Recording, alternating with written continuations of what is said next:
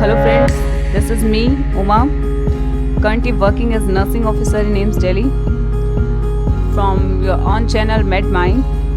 Today the topic which we are going to discuss is NSAIDs. So without wasting time, let's start our class topic which is NSAIDs.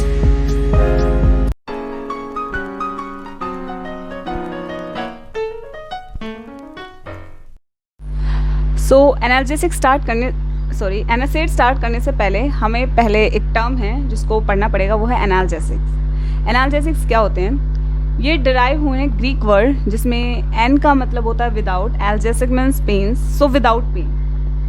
सो जो अभी मैं आपको आगे बताऊंगी कि analgesic हैं क्यों पढ़ रहे हैं। सबसे पहले बात करें पेन क्या है। Pain is defined as unpleasant sensation that can be either acute और chronic and is a consequences of complex neurochemical process in the peripheral and central nervous system. It is subjective and the clinician must rely on the patient perception and description of pain. So जो pen है वो क्या एक unpleasant sensation है। किसको पसंद है भाई पेन? ये एक्यूट भी हो सकता है और क्रोनिक भी हो सकता है, अचानक से भी हो सकता है और लंबे टाइम से भी हो सकता है। और ये किसके कॉन्सिक्वेंसेस से होता है?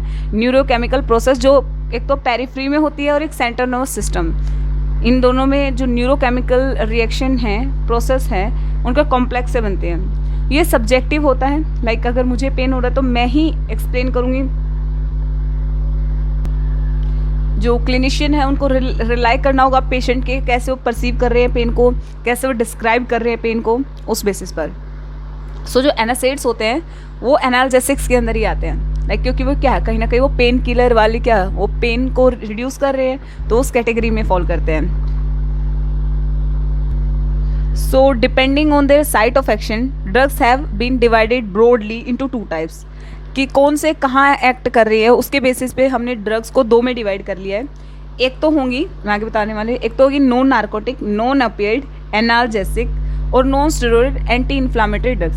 यानी जो नार्कोटिक्स जिसमें ना हो, जिसमें ओपियोइड्स ना हो, ना उसमें कोई स्टेरॉइड हो, वो वाली एंटी इन्फ्लामेटरी ड्रग्स जिसमें आएंगे हमारी एनासेड्स, जो आज हम पढ़ने वाले हैं। दूसरी कैटेगरी होती है नार्कोटिक्स और ओपियोइड एनाल्जेसिक्स। ठीक है, अब जो ये मैंने पहले बताया आपको category non narcotic, non opioid analgesics, तो जैसे कि मैंने आपको पहले बताया कि हमने इनको दो कैटेगरी में फॉल किया है इनको। सबसे पहली कैटेगरी है नॉन स्टेरॉइडल और नॉन ओपियोइड एनाल्जेसिक और non steroid anti inflammatory drugs, जिसमें जो ड्रग्स होंगी वो कैसे एक्शन करेंगी? ये ड्रग्स एक्ट करेंगी at peripheral level pain mechanism to provide pain relief. जो ये एनासेड्स हैं ये कैसे वर्क करती है? ये वर्क करती है पेरिफेरल लेवल पर, ठीक है, पेन को रिलीव करने के लिए। वहीं जो नार्कोटिक ड्रग्स हैं वो क्या करती है? नार्कोटिक और ओपियोइड एनाल्जेसिक है, ये क्या करती है? Act by binding in the specific opioid receptor. ये स्पेसिफिक ओपियोइड रिसेप्टर से बाइंड होगी कहाँ? सीएनएस पर। ये किस पे काम करती है? सीएनएस पर काम करती है to provide analgesic effect. Opioid have broad range of effects, इसके बहुत ब्रॉड रेंज है इफेक्ट्स के लिए। प्राइमरीली इसका यूज किस लिए है? Relief from pain. अब ये कैसा पेन? लाइक सर्जरी का पेन, इंजरी का पेन, क्रोनिक डिजीज वाला पेन, तो उन सब के लिए कौन सा होता है? ये ओपियोइड्स। और ये वाले कौन से होते हैं? मेन डिफरेंस क्या है? ये तो सीएनएस पर काम करती है, जो हमारा ये है एक इस पर काम करेगी, जो नार्कोटिक और ओपियोइड है वो करती है सीएनएस पर, और वही जो हमारे एनासेड है वो पेरिफेरल लेवल पर काम करती है। अब जो ये आज जो हम पढ़ने वाले हैं वो होंगे एनासेड्स, यानी कि कहाँ काम करेंगी? पेरिफेरल लेवल पर काम करेंगी और पेन को रिलीव करने के लिए। तो स्टार्ट करते हैं हम आज का टॉपिक एनासेड्स बिना डिले किए। अब बात करते हैं कॉमन प्रॉपर्टीज ऑफ एनासेड्स। एनासेड्स की कॉमन प्रॉपर्टी क्या है, यानी हम इसको ओवरऑल अगर देखें तो एनासेड्स में क्या क्या प्रॉपर्टीज हैं? एनासेड्स हैविंग एनाल्जेसिक, एंटीपायरेटिक और एंटी इन्फ्लामेटरी। अब ये एनाल्जेसिक तो मैंने बता दिया, जो पेन को रिलीव करती है। एंटीपायरेटिक जो फीवर को या टेम्परेचर को रिड्यूस करती है। और वहीं एंटी इन्फ्लामेटरी क्या होंगी? जो एंटी इन्फ्लामेटरी मीन्स जो बॉडी के अंदर इन्फ्लामेशन जो होती है उसको कम करती है। ठीक है, तो जो एनासेड्स है उसके अंदर पेन को कम करने के लिए, बॉडी टेम्परेचर को लो करने के लिए और इन्फ्लामेशन को कम करने की तीनों प्रॉपर्टी होती हैं। और वो भी कहाँ? Mostly eight peripheral level. क्योंकि देखो यहाँ बार बार एक पेरिफेरल और सेंट्रल इस पे बात पे बहुत हो रखा है। तो पेरिफेरल और सेंटर का क्या है? देखो जो सेंटर पे अफेक्ट करेगी तो उसके सेंटर के अलग अलग फिर साइड इफेक्ट्स भी होंगे। ठीक है, जैसे ओपियोइड्स के होते हैं। ठीक है, लेकिन ये पेरिफेरल लेवल पे काम करती है, इसका सीएनएस पर बहुत ही कम असर है, लेसर में है। और वो जो थोड़ा बहुत भी है वो क्या है? वो है बॉडी के अंदर क्या कर देती है, पेन का जो थ्रेशोल्ड है, यानी पहले किसी बंदे को मान लो थोड़ा सा अगर कुछ हो गया तो पेन होता था, अब ये देने से क्या हो जाएगा, सेंट्रल नर्वस सिस्टम में उसको बहुत ज़्यादा वो करना पड़ेगा तब जाकर उसको पेन होगा। ठीक है, उसका थ्रेशोल्ड बढ़ा दिया, उसका जो मापदंड था उसको बढ़ा दिया, यानी बहुत ज़्यादा कोई चीज़ होगी तभी पेन होगा। ठीक है, कहीं ना कहीं सीएनएस पे अगर अफेक्ट करेगा तो ये कर रहा है। सेकंड क्या है, these drugs neither have CNS depression, ये सीएनएस को डिप्रेस नहीं करती हैं और ना ही ये फिजिकल और साइकोलॉजिकल डिपेंडेंसी लाती हैं और किसी भी टाइप की एडिक्शन लाती है, इसलिए इनको नॉन नार्कोटिक और नॉन ओपिएड एनाल्जेसिक बोला गया। अब देखो मैंने जैसे बोला था, जो ड्रग्स सीएनएस पे काम करेगी कहीं ना कहीं वो फिजिकल, साइकोलॉजिकल और उसके एडिक्शन होने के भी चांसेस होते हैं उन ड्रग्स के। ठीक है, इसलिए कई बार क्या होता है, जो पेशेंट ओपियोइड्स पे डिपेंड हो जाते हैं वो कहीं ना कहीं उनको वो डिपेंडेंसी आ जाती है उन मेडिसिन से। ठीक है, third one is none of these drugs is steroid nature, hence called as NSAIDs. अब ये जो ड्रग्स है, देखो मैं तुम्हें एक एक चीज़ें ना बहुत क्लियरली बताऊंगी, इन ड्रग्स में स्टीरॉयड नहीं होता है। स्टीरॉयड देखो नाम में क्या है, एंटी इन्फ्लामेटरी। स्टीरॉयड के जब मेरे प्रीवियस क्लास में मैंने आपको बताया, स्टीरॉयड क्या करते हैं, इन्फ्लामेशन को कम करते हैं, एंटी इन्फ्लामेटरी इफेक्ट होता है उनका। लेकिन यहाँ पे नॉन स्टीरॉयड यानी स्टीरॉयड नहीं है, लेकिन फिर भी ये ड्रग्स क्या कर रही है, इन्फ्लामेशन को क्या कर रही है, कम कर रही है, तो इसलिए इनका नाम पड़ा NSAIDs, non steroid anti inflammatory drugs. ठीक है, next is most of these agents acts by inhibiting prostaglandin synthesis. अब ये जो ड्रग्स है ना, मोस्टली जो ये एजेंट है वो क्या करते हैं, प्रोस्टाग्लैंडिन के सिंथेसिस को इनहिबिट करेंगे। अब यहाँ से हमारा एक स्टार्ट हो जाएगा प्रोस्टाग्लैंडिन का क्या कुछ है। एनासिड्स पढ़ रहे हैं और प्रोस्टाग्लैंडिन नहीं पता ना तो कोई फायदा नहीं, क्योंकि हम कहीं ना कहीं क्या बोल रहे हैं, एनासिड्स में सीधी सी बात है भाई, प्रोस्टाग्लैंडिन के सिंथेसिस को बंद करवा दो। तो पहले ये भी तो पता होना चाहिए जब वो चालू था प्रोस्टाग्लैंडिन का सिंथेसिस तब क्या हो रहा था। ठीक है, तो थोड़ा वो देखेंगे ताकि देखो इस टॉपिक को हमें समझना है। ये टॉपिक इतना करवाया जाएगा कि आपकी डे टू डे लाइफ में क्लिनिकल प्रैक्टिस अगर आप कर रहे हैं तो आपके लिए जितना जरूरी है, जो आपको ऑल टाइम याद रहना भी चाहिए और ये पढ़ने के बाद आपको याद रहेगा भी। ठीक है, ये वो उतना टॉपिक करवाया जाएगा। ठीक है, आइए तो बात करते हैं कि ये प्रोस्टाग्लैंडिन का सिंथेसिस कैसे होता है। ठीक है, एक नॉर्मल मैकेनिज्म क्या है जिससे प्रोस्टाग्लैंडिन बनते हैं। तो देखो सबसे पहले होता क्या है एक्चुअली में, जो टिश्यू इंजरी होती है, अब इस मैकेनिज्म को अगर आप समझ लोगे तो आपको मेडिसिन समझने में बहुत आसानी होगी। जो ये लॉक्स कोक्स जो भी है ना, सारे के सारे इनहिबिटर, कोक्स इनहिबिटर, लॉक्स, ये आपको सब यहीं से समझ में आने वाला है। सबसे पहले प्रोस्टाग्लैंडिन के सिंथेसिस को सीखेंगे तभी पता चलेगा कि जो एनासिड्स में हम इनको ब्लॉक करते हैं तो कैसे क्या कुछ हो रहा है। तो सबसे पहले देखिए क्या होती है, टिश्यू इंजरी होती है। क्या होती है, टिश्यू इंजरी होती है। वो किसकी वजह से हो सकता है, मैकेनिकल, केमिकल और बायोलॉजिकल स्टिमुलेशन की वजह से क्या हो जाएगी, टिश्यू की इंजरी हो जाएगी। अब जैसे हमें पता है टिश्यू किससे मिलकर बने होते हैं, सेल से मिलकर बने हुए हैं। ठीक है, तो हमारी जो बॉडी की जो सेल मेम्ब्रेन है उसमें क्या आ जाएगी, डिस्टर्बेंस आ जाएगी। अब सेल वो किससे बने, वो जो मेम्ब्रेन होती है सेल मेम्ब्रेन, वो एक्चुअली बनी होती है फोस्फोलिपिड से। किससे बनी होती है, फोस्फोलिपिड से। ठीक है, ये आप सभी को पता है किससे बनी होती है, फोस्फोलिपिड से बनी होती है हमारी सेल मेम्ब्रेन। अब इसमें क्या हो गया, इंजरी हो गई। जैसे ही वो इंजरी होगी, वो जो मेम्ब्रेन जो किससे बनी थी, फोस्फोलिपिड से बनी हुई थी, अब वो क्या हो जाएगी, वो कन्वर्ट हो जाएगी एराकिडोनिक एसिड के अंदर। किसके अंदर, एराकिडोनिक एसिड के अंदर कन्वर्ट हो जाएगी। और उसको कन्वर्ट कौन करेगा, फोस्फोलिपिड को एराकिडोनिक एसिड में कन्वर्ट करेगा फोस्फोलाइपेज एंजाइम। देखो एज होता है ना, यानी उसको कट करके काटने वाला एक एंजाइम के लिए वो किया जाता है। ठीक है, इंडिकेट करता है। तो फोस्फोलाइपेज ए एंजाइम फोस्फोलिपिड को एराकिडोनिक एसिड के अंदर कन्वर्ट कर देता है जब क्या होती है, टिश्यू इंजरी होती है। ठीक है, इतना समझ आया यहाँ तक। आपको कुछ नहीं करना, आपको 1-2 दिन जस्ट एक बार पढ़ने के बाद आपको मन में रिवाइज करना है, जिससे आपको लॉन्ग टर्म याद रखने के लिए आपको उस चीज़ को 1-2 बार, ये पूरा टॉपिक 5 या 10 पढ़ते हो तभी 10-15 मिनट, और उसके बाद रिवाइज करोगे तो 5 मिनट में आप इस पूरे टॉपिक को बिल्कुल टिप्स पे कर सकते हैं याद। ठीक है, तो किस में कन्वर्ट हो गया, एराकिडोनिक एसिड के अंदर कन्वर्ट हो गया। अब यहाँ देखते हैं, यहाँ जैसे वो एराकिडोनिक एसिड के अंदर कन्वर्ट होता है तो उससे क्या होता है, दो पाथवे वो फॉलो करेगा। ठीक है, उस टाइम पर 4 वो बनेंगे, क्या बनेंगी, 4 चीज़ें बनेंगी। वो क्या होंगी, एक तो बनेगा ल्यूकोट्राइन्स। ठीक है, इसको अलग कैटेगरी में किया गया है ल्यूकोट्राइन्स को। ठीक है, वहीं 3 मतलब एक तरह से कह लो एक उससे 2 बंटवारा हो गया है। ठीक है, एक अलग फैमिली, एक अलग फैमिली, एक फैमिली में सिर्फ एक बंदा, एक फैमिली में 3 मेंबर। ठीक है, 3:1 का रेशो हो गया ये। तो जो इधर है यहाँ आ गया प्रोस्टाग्लैंडिन, प्रोस्टासाइक्लिन और थ्रोम्बोक्सिन। ठीक है, प्रोस्टाग्लैंडिन प्रोस्टासाइक्लिन इजीली याद हो जाएगा क्योंकि ग्लैंडिन एंड साइक्लिन दोनों से प्रोस्टा है। ठीक है, प्रोस्टाग्लैंडिन प्रोस्टासाइक्लिन और इसके साथ आएगा थ्रोम्बोक्सिन।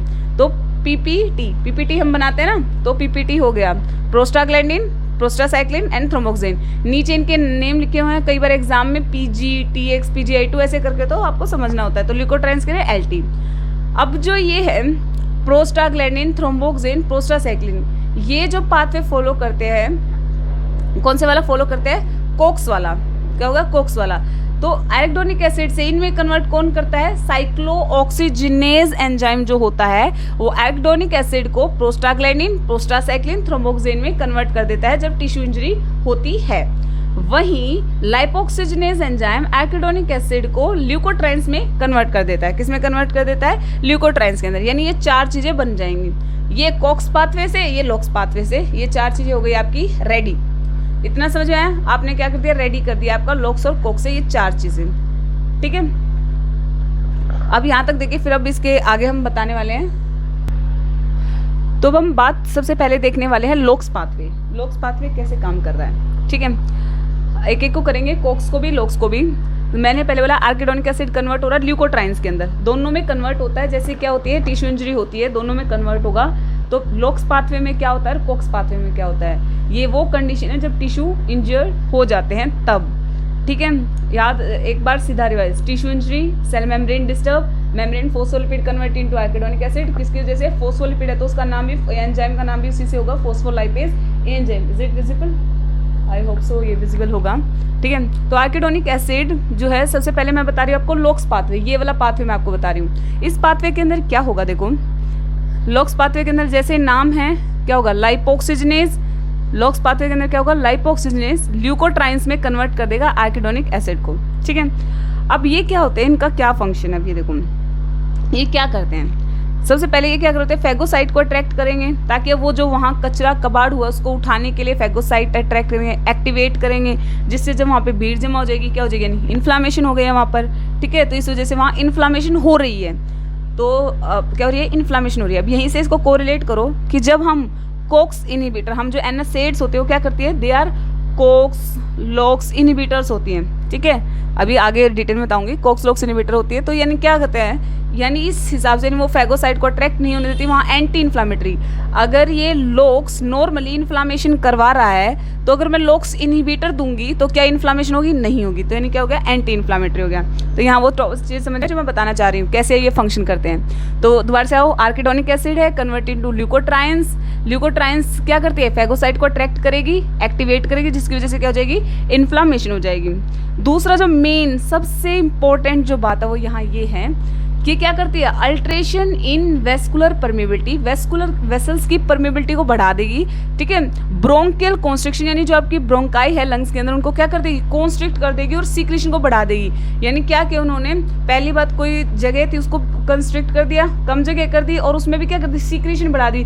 तो क्या बंदा इजिली सांस ले पाएगा? ब्रीथिंग उसको डिफिकल्टी होगी ना, तो क्या हो गया? ब्रोंकोस्पाज्म हो जाएगा, कंजेशन हो जाएगा, और म्यूकस प्लगिंग, क्योंकि क्या सिक्रेशन बढ़ने की वजह से म्यूकस प्लगिंग, कंजेशन क्योंकि कंस्ट्रिक्शन हो चुकी है, और ब्रोंकोस्पाज्म। तो यानी अगर ये पाथवे नॉर्मल रहता है, ठीक है, अगर ये ब्लॉक नहीं होता है, ये वाला पाथवे अगर हम ब्लॉक ना करें, तो उस बंदे को, यानी नॉर्मली अगर टिश्यू इंजर्ड होगा तो उसको इन्फ्लामेशन भी होगी, उसको ब्रोंकोस्पाज्म भी होगा, कंजेशन भी, म्यूकस प्लगिंग। अब बंदा हेल्दी है, नॉर्मल है, तो ये चीज़ें झेल लेगा। स्पाज्म हो गया, थोड़ा कंजेशन हो गया, म्यूकस बढ़ गया तो झेलेगा। लेकिन सपोज पेशेंट अस्थमैटिक है, ये पेशेंट है जिनको वैसे ही दिक्कत है लंग्स से, इनसे रिलेटेड, तो उनको तो उनकी प्रॉब्लम तो बहुत सीवियर में चली जाएगी। ठीक है, तो ये था आपका लोक्स पाथवे। क्या था? लोक्स पाथवे, जिसमें फैगोसाइट अट्रैक्शन और ये सब इसके दो फंक्शन। ये आपको याद रखने की, जब लोक्स एक्टिवेट होता है लोक्स पाथवे, तो बनता क्या क्या, हो क्या रहा है? इसका मेनली जो इंपॉर्टेंट है वो ये लंग्स से रिलेटेड है। ठीक है, ब्रोंकोस्पाज्म, कंजेशन और म्यूकस प्लगिंग ये कर देता है। ठीक है, अब हम बात करेंगे कोक्स पाथवे की। तो अब हम बात करने वाले हैं कोक्स पाथवे की। किसकी? Cokes pathway.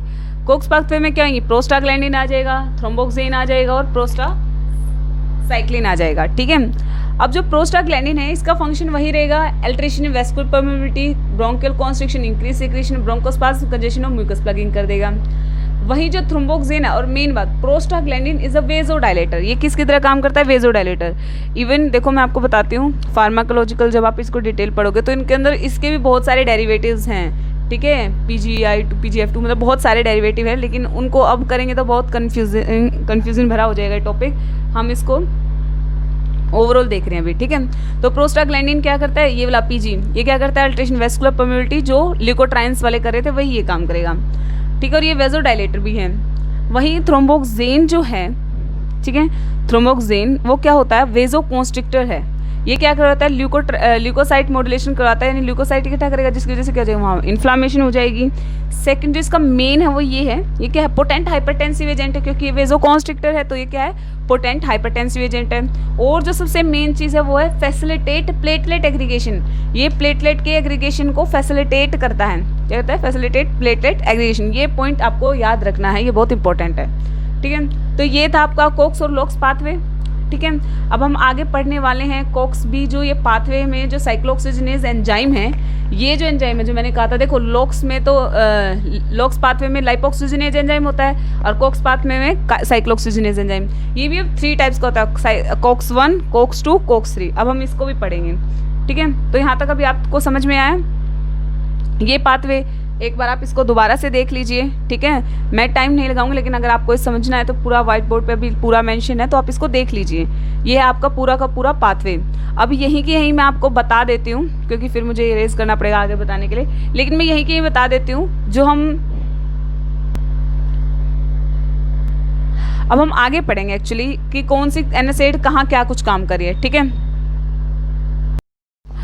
अब हम बात करने वाले हैं PGs के एक्शंस क्या क्या है। प्रोस्टाग्लैंडिन, जो प्रोस्टाग्लैंडिन्स हैं उनके मेजर 2 एक्शंस हैं, वो क्या क्या है, they are mediator of inflammation, ये इन्फ्लामेशन के मीडिएटर हैं। स्टिमुलेट करते हैं सेंसरी नर्व एंडिंग्स, और जिसकी वजह से क्या होता है, पेन होता है। तो जब हमने बोला कि NSAID जो non steroid anti inflammatory drugs हैं, वो के साथ उनके अंदर एंटी इन्फ्लामेटरी के साथ साथ एनाल्जेसिक और एंटीपायरेटिक इफेक्ट भी होता है, आगे हम उनको देखेंगे। तो ये क्या करती है, इन्फ्लामेशन को, तो अब देखो हम बोलते हैं NSAIDs में वो प्रोस्टाग्लैंडिन के सिंथेसिस को ब्लॉक कर देता है, ब्लॉक करना है, ठीक है। तो यानी प्रोस्टाग्लैंडिन ऐसा कुछ करता होगा कि उसको ब्लॉक करने की जरूरत पड़ी, तभी हमने उसको ब्लॉक किया। तो वो क्या करता है, वो करता ये है कि वो इन्फ्लामेशन का मीडिएटर है, स्टिमुलेट करता है सेंसरी नर्व एंडिंग्स, जिसकी वजह से क्या होता है, पेन होता है। इसलिए हमें उसको ब्लॉक करने की जरूरत पड़ी, ताकि वो इन्फ्लामेशन को रोकेगा, क्योंकि नॉर्मल जो PGs था तब ये कर रहा था, अगर हम उसको रोक देंगे तो इन्फ्लामेशन नहीं होगी और पेन भी नहीं होगा। दूसरा क्या करता है ये, they also allow the movement of other inflammatory mediators like histamine, bradykinin at the site of inflammation। Inflammation की साइट पर क्या कर देता है ये, जो हिस्टामिन है, ब्रेडिकाइनिन, जो इन्फ्लामेशन को कोज करते हैं, उन मीडिएटर को और बुला लेता है, ठीक है, ताकि क्या हो जाए, जिससे पेन भी बढ़ेगा और इन्फ्लामेशन भी होगी, ठीक है।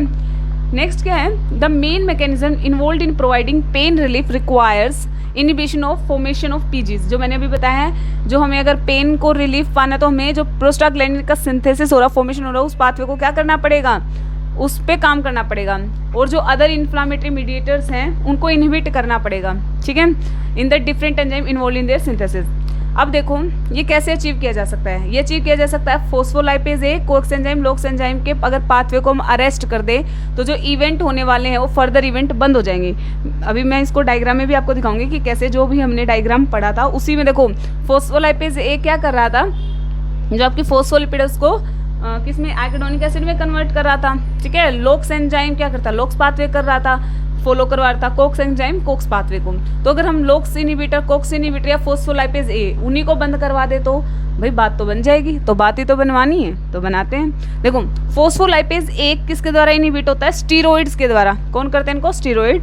वहीं जो कोक्स एंजाइम है, अब इसके बारे में पढ़ेंगे, कोक्स 1, कोक्स 2, कोक्स 3, ये इनहिबिट किए जाते हैं डिफरेंट NSAIDs, जो हम पढ़ने वाले हैं। लोक्स एंजाइम इनहिबिटेड बाय ज़ाइलोटोन, ये क्या होती है, एक ड्रग होती है जो दी जाती है, जो लोक्स पाथवे को बंद कर देती है। देखो कोक्स को बंद करने के लिए डिफरेंट NSAIDs जो हम पढ़ने वाले हैं, लेकिन लोक्स पाथवे को बंद करने के लिए एक ही है, ज़ाइलोटोन, ठीक है।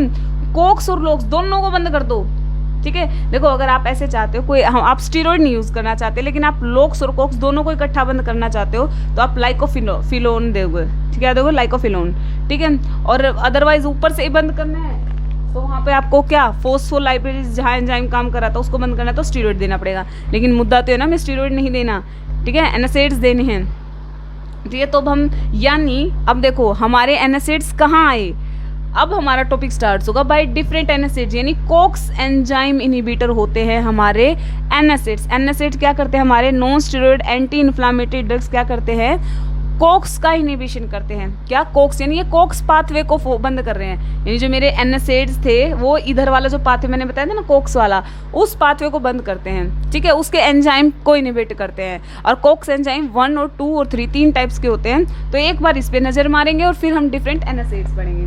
अब आप समझ पा रहे हैं, अभी तक तो हमारा टॉपिक NSAID स्टार्ट भी नहीं हुआ है, बट ये सब जो भी बताया वो बताना जरूरी था, क्योंकि NSAID प्रोस्टाग्लैंडिन के सिंथेसिस को बंद कर देते हैं। कैसे? बाय कोक्स इनहिबिटिंग, क्योंकि वे इनहिबिट क्या करते हैं? कोक्स को इनहिबिट करते हैं। ठीक है, तो अब हम अपना प्यारा सा टॉपिक स्टार्ट करेंगे NSAIDs। लेकिन उससे पहले क्विक रिव्यू लेंगे हम कोक्स 1, 2 ये जो एंजाइम है ये क्या काम करते हैं। अब देखो हमें एक्चुअल में तो अब हम जब डिफरेंट NSAIDs देखेंगे, कोई कोक्स 1 को बंद कर रहा होगा, कोई कोक्स 2 को। क्या अब तक जो मैं बता रही थी, देखो आपको कुछ ज़्यादा आगे चलने की जरूरत नहीं है। जैसे जैसे वीडियो में जो चीज़ें बताई जाए आपको बस हाथ थाम कर पेशेंसली आपको सुनना है, ठीक है, और समझना है। अभी तक हम प्रोस्टाग्लैंडिन के वो देख रहे थे कि वो कैसे काम करते हैं। ठीक है, वो क्या है क्या नहीं है, एक नॉर्मल पाथवे क्या है, हम कहाँ दवाई देके किसको बंद करवाना चाहते हैं। अब हमारी बात आ गई है NSAID पे। NSAID क्या करेंगे? NSAIDs कोक्स एंजाइम को बंद करने वाले हैं। और कोक्स एंजाइम 3 तरीके के होते हैं। अब वो जो 3 तरीके हैं, वो 3 तरीके के जो एंजाइम है वो क्या क्या करते हैं हम उसका देखेंगे। ठीक है, इससे आपको बिल्कुल क्रिस्टल क्लियर हो जाएगा। बस आपको क्या करना है, एक बार से कभी किसी को पढ़ के आप एक बार पढ़ोगे, वीडियो देखोगे, आपको टॉपिक थोड़ा थोड़ा समझ में आएगा। दूसरी बार आपको क्या करना है, इसको रिवाइज करना है और आपको फिर ये बिल्कुल टिप्स पर हो जाएगा। और ये जो कि बहुत ज़रूरी है, क्योंकि जो इसमें जो मेडिसिन पेन किलर हम पढ़ने वाले हैं ना, हम डे टू डे लाइफ में देते हैं as a health care provider, हम यूज़ करते हैं उनको, तो हम बहुत डिटेल में हम हर टाइम नहीं याद कर सकते, because we are human beings. हमें चीज़ों को रिकॉल करने के लिए उसको बार बार मेमोराइज करना पड़ता है। ठीक है, तो लेकिन इतना वो कर लीजिए, ये जो आज पढ़ा है ना, ये आपको ऑल टाइम आपको एटलीस्ट याद रहना चाहिए। तो अब हम शुरू करेंगे कोक्स 1 एंड कोक्स 2। एक बार इनका रिव्यू लेंगे। ठीक है, ये क्या है अब देखते हैं। लोक्स इनहिबिटर, कोक्स इनहिबिटर क्या है। देखो जो ये लोक्स इनहिबिटर हैं वो क्या करेंगे, लोक्स पाथवे को रोक देंगे। Looks pathway inhibitor, looks inhibitor, उसमें ज़ाइलोटोन होता है। ठीक है, वहीं पर जो कोक्स पाथवे को जो रोकेंगे उसको बोलेंगे कोक्स इनहिबिटर। लेकिन ये जैसे कि कोक्स एंजाइम 1, 2, 3 है तो उस हिसाब से इनके इनहिबिटर्स आएंगे। ठीक है, लेकिन जो ये है मेम्ब्रेन, अब देखो इस पाथवे को, इस पूरी साइकिल को हम कहाँ से कहाँ रोक सकते हैं, जहाँ जहाँ एंजाइम थे। सबसे पहले मेम्ब्रेन फोस्फोलिपिड जो एराकिडोनिक एसिड में कन्वर्ट होती है, फोस्फोलाइपेज ए एंजाइम, अगर हम एक तो हम यहाँ से रोक दें, दूसरा हम ये पाथवे जब ये लोक्स पाथवे चला था यहाँ पे लाइपोक्सिजनेज एंजाइम उसको रोक दें, उधर से साइक्लोऑक्सीजन, वहाँ कोक्स को रोक दें, यहाँ लोक्स को रोक दें। तो जब लोक्स को रोकेंगे तो लोक्स इनहिबिटर, कोक्स को रोकेंगे तो कोक्स इनहिबिटर। लेकिन जब ऊपर यहाँ रोकते हैं ना तो ये तो NSAIDs हो जाएंगे। ये जो दोनों है ये NSAIDs की कैटेगरी में आ जाएंगे, looks inhibitor and Cokes inhibitor. लेकिन वहीं जब फोस्फोलिपिड को अगर उन्होंने रोकना है ना तो वहाँ स्टीरॉइड काम करते हैं, स्टीरॉइड। लेकिन हमारे आज की टॉपिक का कंसेप्ट क्या वो है, NSAID, नॉन स्टीरॉइडल एंटी इन्फ्लामेटरी। यानी अगर मुझे ये पाथवे यहाँ से ब्लॉक करना है तो मुझे स्टीरॉइड देना पड़ेगा, और अगर मुझे यहाँ से ब्लॉक करना है तो मैं NSAID से काम चला सकती हूँ। यहाँ और यहाँ इस पाथवे तक अगर मुझे काम करना है, इन पाथवे को ब्लॉक करना है तो मुझे क्या दूंगी, मैं उनको NSAIDs दे सकती हूँ। अगर ऊपर से ही बंद करना है बिल्कुल, तो चक्का जाम करना है तो मैं स्टीरॉइड देने पड़ेंगे। लेकिन हमारा क्या हुआ, हमें स्टीरॉइड तो देने ही नहीं, नॉन स्टीरॉइडल एंटी इन्फ्लामेटरी। ठीक है, देखिए अब हम बात करने वाले हैं NSAID स्टार्ट कर रहे हैं। अब हम देखो जो non steroid anti inflammatory drugs था, मैंने उसमें आपको क्लियरली एक बात बताई थी कि क्या करते हैं, प्रोस्टाग्लैंडिन के सिंथेसिस को इनहिबिट, ये कैसे वर्क करते हैं, इनका मैकेनिज्म एक्शन कैसे क्या है कि प्रोस्टाग्लैंडिन के इनहिबिशन को रोकते हैं। ठीक है, और उसके साथ साथ जो और अदर इन्फ्लामेटरी मीडिएटर्स हैं उनको क्या करते हैं, इनहिबिट करते हैं। यानी मेनली क्या करते हैं, प्रोस्टाग्लैंडिन के इनहिबिशन करते हैं। तो अब देखो, तो मैंने बोला NSAIDs में प्रोस्टाग्लैंडिन्स और जो अदर इन्फ्लामेटरी मीडिएटर्स हैं उनको इनहिबिट करके जो ड्रग्स काम करेगी वो NSAIDs हैं। ठीक है, तो प्रोस्टाग्लैंडिन को मोस्टली बना कौन रहा है, कौन सा एंजाइम बना रहा है, उसी को बंद करो। जब हमने कहा कि प्रोस्टाग्लैंडिन और जो अदर इन्फ्लामेटरी मीडिएटर्स हैं ना, ये करवाते भाई, ये करवा रहे हैं सारा काम। ठीक है, मतलब जो NSAID ड्रग्स हैं इनको बंद कर रही है, किसको, प्रोस्टाग्लैंडिन और जो अदर जो इन्फ्लामेटरी मीडिएटर्स हैं। ठीक है, तो प्रोस्टाग्लैंडिन का सिंथेसिस कौन करवा रहा है, उसी को बंद कर दो। प्रोस्टाग्लैंडिन का मोस्टली देखो, cyclooxygenase is the enzyme responsible for biosynthesis of various PGs. मतलब मोस्टली जो वेरियस जो प्रोस्टाग्लैंडिन्स हैं, ये भी बहुत टाइप के होते हैं, उनके सिंथेसिस को कौन करवा रहा है, साइक्लोऑक्सीजनेज करवा रहा है। हमने उधर वाली साइकिल पढ़ी थी ना, कोक्स वाला क्या कर रहा था, कोक्स वाला प्रोस्टाग्लैंडिन प्रोस्टासाइक्लिन दो तो बना ही रहा है इधर। ठीक है, इनको क्या बना रहा था, मोस्टली जो पीजीज हैं उनको क्या कर रहा है, सिंथेसिस करवा रहा है। ठीक है, तो कोक्स को बंद कर दो भाई, कोक्स को बंद कर दिया तो क्या हो जाएगा, आदिश जो ये प्रोस्टाग्लैंडिन की वजह से क्या हो रहा था, जो ये पेन हो रहा था, इन्फ्लामेशन हो रहा था, उसको हम काबू कर लेंगे। ठीक है, तो कोक्स एंजाइम को रोकना है। अब ये कोक्स में भी भाई एक एंजाइम नहीं है, कोक्स में भी, कोक्स में वैसे वेल और रिकॉग्नाइज जो आइसोफॉर्म है कोक्स की 1 और 2 है, लेकिन थर्ड वाला भी वेल रिकॉग्नाइज्ड नहीं है, लेकिन हम उसके बारे में भी बताएंगे। लेकिन मेन कोक्स 1 और कोक्स 2 हैं। ठीक है, तो इनको बंद कर दो, कोक्स 1 को कोक्स 2 को बंद कर दो, मोस्टली जो पेन है, इन्फ्लामेशन है, वो कम हो जाएगी, क्योंकि मोस्टली तो प्रोस्टाग्लैंडिन यही सीक्रेट सिंथेसिस करें कोक्स वाले। ठीक है, तो अब ये देखो, अब मैंने कहा कभी हम कोक्स को बंद करेंगे, कोक्स 1 को, कभी कोक्स 2 को, तो हमें ये पता होना चाहिए कोक्स 1 जब एक्टिवेट था तो वो क्या काम कर रहा था, और कोक्स 2 था तो वो क्या काम कर रहा था। क्योंकि अगर जब हम उनको बंद करेंगे कोक्स 1 या 2 को, तो पता चल जाएगा कि किस चीज़ से रिलीफ मिलेगा हमें। ठीक है, तो देखो जो कोक्स 1 है, अगर नॉर्मली ये एक्टिवेट रहता है, अभी तो हमने बंद नहीं किया, इनहिबिटर की बात नहीं हो रही है अभी कोक्स 1 जो होता ना, कोक्स पाथवे में, इधर वाला जो पाथवे मैंने बताया था, उसके अंदर मैंने कहा था कोक्स एंजाइम क्या करता है, प्रोस्टाग्लैंडिन सीक्रेट कर रहा है, सिंथेसिस कर रहा है। तो ये जो कोक्स एंजाइम है कोक्स 1, अब कोक्स में भी 1 2 3 कैटेगरी आ गया, वहाँ देख लेते हैं। तो जो कोक्स 1 है वो क्या करता है, जो ये कोक्स 1 है ना, मोस्ट ऑफ द सेल्स में क्या प्रेजेंट है, ये अपना कोक्स एंजाइम प्रेजेंट है। नॉर्मली क्या है, प्रेजेंट ही है, ये हाउसकीपिंग एजेंट नाम भी बोला जाता है इसको, क्या बोला जाता है, हाउसकीपिंग एजेंट। अब ये जब होता है कोक्स 1 एंजाइम, जब ये रिलीज होता है, ठीक है, यानी इन्फ्लामेशन तो हो रखी है, फिर भी इन्फ्लामेशन होने के बावजूद भी ये क्या कर रहा है, कोक्स 1 अगर एक्टिवेट हुआ है तो वो क्या करेगा, रेनल फंक्शन को मेंटेन करके रखता है, बॉडी के रेनल फंक्शन को मेंटेन। ठीक है, अच्छी बात है। अभी कोक्स 1 मेंटेन कर रहा है, अब यानी जब मैं इनहिबिटर की बात करूंगी तो कहीं ना कहीं वो रीनल सिस्टम को इम्पेयर करेगा। ठीक है, क्या कर रहा है, इम्पेयर कर रहा है। बॉडी ने जो नॉर्मल आपका मैकेनिज्म बनाया था कि अगर मान लो इंजरी होती है, इंजरी हो गई, इंजरी से एर्किडोनिक एसिड बन गया, लोक्स कोक्स पाथवे फॉलो कर लिया, देखो कहीं ना कहीं उसने नुकसान भी किया जो लोक्स वाला पाथवे था।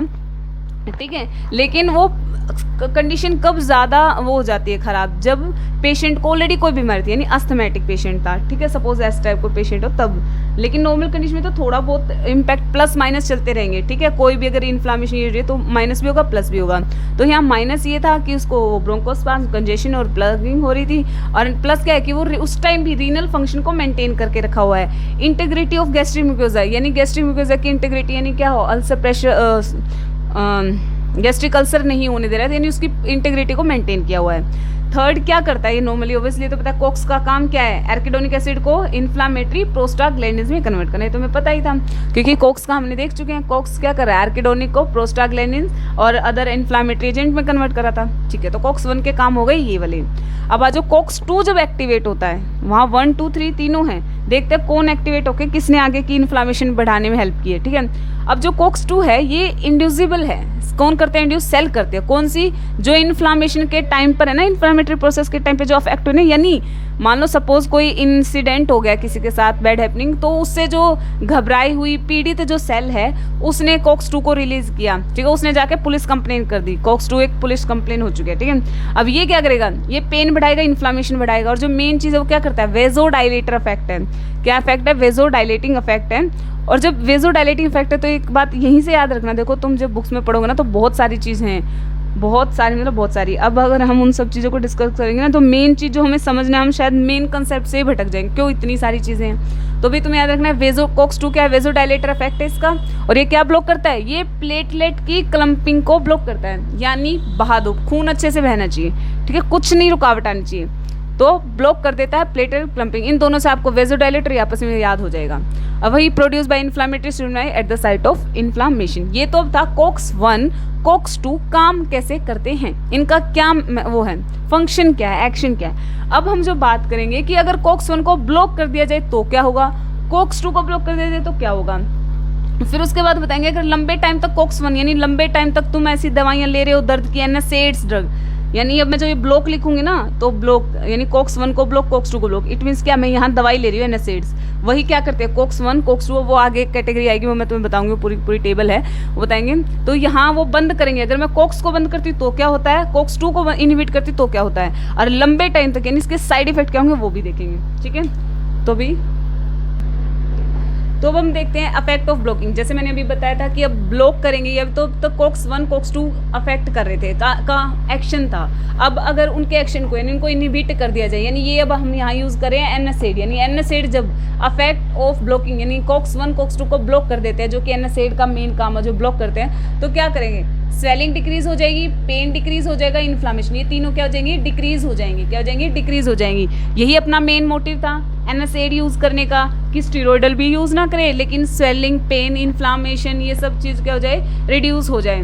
ठीक है, वहीं कोक्स 2 भी क्या कर देता है, पेन और इन्फ्लामेशन को रिड्यूस कर देता है। यहाँ स्वेलिंग इसलिए क्योंकि ये किस में काम कर रहा था, रीनल फंक्शन को मेंटेन कर रहा था, लेकिन अब वो वो मेंटेन कर रहा, अब अफेक्ट ब्लॉकिंग, यानी उसने कहीं ना कहीं स्वेलिंग को वो कर दिया, रिड्यूस कर दिया है। अब बात आती है affect of blocking for a prolong period lead to adverse effect. अब हम लंबे टाइम तक पेन किलर बिना किसी के प्रिस्क्रिप्शन के, बिना डॉक्टर प्रिस्क्रिप्शन के हम बस लिए जा रहे क्योंकि वो दर्द कम कर रहा था। तो अब क्या होगा, देखो जो अच्छा काम कर रहे थे उनका भी अमृत भी अगर अति में लिया जाए तो वो भी अमृत नहीं है, तो ये तो दवाइयाँ हैं। तो देखो इनका क्या होगा, damage to renal system, normal maintain किया होता तो अब डैमेज होगा। एक्यूट ट्यूबुलर नेक्रोसिस नाम की डिजीज जो होने के चांसेस होते हैं। दूसरा, सोडियम को रिटेंशन करने लगेगा, अभी स्वेलिंग कम कर रहा था अब अडीमा कर देगा क्योंकि लंबे टाइम तक यूज़ कर रहे हो, और यानी सोडियम रिटेंशन हो तो कहीं ना कहीं बीपी को भी बढ़ाएगा। और वो GI को प्रोटेक्ट कर रहा था तो अब GI इरोजन हो जाएगा और ब्लीडिंग हो जाएगी। क्यों, क्योंकि देखो मैंने यहाँ बताया था कोक्स 1 में रीनल फंक्शन को मेंटेन कर रहा था नॉर्मली, अब बंद कर दिया उसको तो डैमेज हो जाएगा रीनल को, लंबे टाइम तक यूज़ करे ना। Provide integrity to gastric mucin, यानी गैस्ट्रिक के ऊपर एक लेयर बना के रखा था, इंटेग्रिटी मेंटेन थी, लेकिन अब उसको बंद कर दिया तो GI इरोजन होने का चांसेस है। लंबे टाइम तक कर रहे हो तो थोड़े उसमें कुछ नहीं होता, तब तो आपके पेन स्वेलिंग अच्छा है, ठीक है, लेकिन आपने अति कर दी तो जो प्लस कर रहा था उसी के जो ये काम मेंटेन कर रहा था वो मेंटेन नहीं रहेंगे। ठीक है, वहीं अब बात करते हैं इसकी, जो कोक्स 2 है मैंने क्या बताया था, वेजोडाइलेटर होते हैं अच्छे, और क्या करवाते हैं, प्लेटलेट को क्लम्पिंग करवाते हैं। तो अगर तुम उसको लंबे टाइम तक यूज़ करोगे तो क्या वो प्रोटेक्टिव वेजोडाइलेटर रहेंगे, नहीं रहेंगे, ना ही वो प्रोटेक्टिव वेजोडाइलेटर रहेंगे और ना ही वो क्लम्पिंग कराएंगे। अब वो कर रहे थे क्लम्पिंग को, वो ब्लॉक कर रहे थे, यानी बहने दो खून को, कहीं कोई क्लम्प नहीं बना चाहिए। तो अब क्या करेंगे, अब जब तुम लंबे टाइम तक, प्रोलॉन्ग टाइम तक अगर तुम NSAID ड्रग लेते हो तो क्या होता है, ये NSAID ड्रग वो ड्रग है जो हम कॉमनली ले लेते हैं, जिसमें डाइक्लोफेनैक, आइबुप्रोफेन, पेसियम, ये वो ड्रग्स हैं, हम उनकी बात कर रहे हैं, इसलिए बता रहे हैं उनका लंबा यूज़, प्रोलॉन्ग यूज़ इसलिए डेंजरस है। अलाउ प्लेटलेट क्लम्पिंग, अब प्लेटलेट अगर क्लम्प कहीं भी बनने लग जाएगा तो MI, मायोकार्डियल इन्फार्क्शन, सेरिब्रोवैस्कुलर एक्सीडेंट, और ये भी होने के चांसेस हैं। ठीक है, तो अब यहाँ तक आई तो आपको समझ में आ गया कोक्स 1 और कोक्स 2 के बारे में। अब मैं आपको कोक्स 3 बता देती हूँ, जो रिसेंटली एक स्प्लाइस्ड वेरिएंट आया है कोक्स 1 का ही, जिसको आइडेंटिफाई किया as a COX 3 inhibitor, COX 3 enzyme.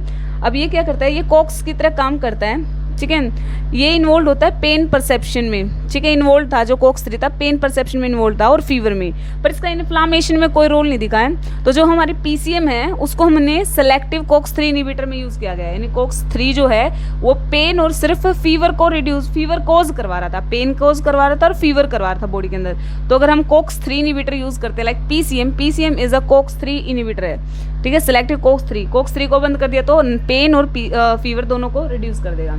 तो ये था आपका कोक्स के बारे में, जो कि NSAIDs के लिए बहुत ज़रूरी है, क्योंकि वो क्या करता है, NSAIDs PG को बंद करता है, प्रोस्टाग्लैंडिन सिंथेसिस जब बंद होते हैं उनको करता है, और प्रोस्टाग्लैंडिन मोस्टली कौन सिक्रेट करा, कोक्स 1 एंड कोक्स 2, मतलब कोक्स वाले जो हैं, ठीक है। तो कोक्स के काम पढ़े, उनको ब्लॉक कर देते हैं NSAIDs इनके काम धंधे को बंद कर देते हैं, ये इनका जो काम धंधा था ना इसको चौपट कर देते हैं, ठीक है, जिससे ये इफेक्ट आता है, और ज़्यादा यूज़ कर लिए तो ये साइड इफेक्ट आ जाते हैं, ठीक है।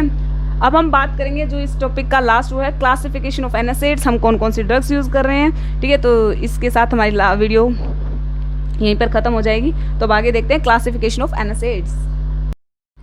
तो अब हम बात करने वाले हैं क्लासिफिकेशन ऑफ NSAIDs की। NSAIDs का क्लासिफिकेशन देखो कैसे है। सबसे पहला जो क्लासिफिकेशन के अंदर है नॉन सेलेक्टिव कोक्स इनहिबिटर, ये वो वाला क्लासिफिकेशन है जिसके अंदर हम, मैंने बताया कोक्स 1, 2, 3 होते हैं, लेकिन जो फर्स्ट वाला है वो क्या है, ट्रेडिशनल है, ये बहुत पहले था, तब तक नई नई मेडिसिन ईजाद नहीं हुई थी, ठीक है, न्यू जनरेशन कुछ नहीं आया था, तो तब उस टाइम कहते हैं सबको एक ही ब्लॉक करने वाला कोक्स, वो सेलेक्टिव नहीं था, नॉन सेलेक्टिव था।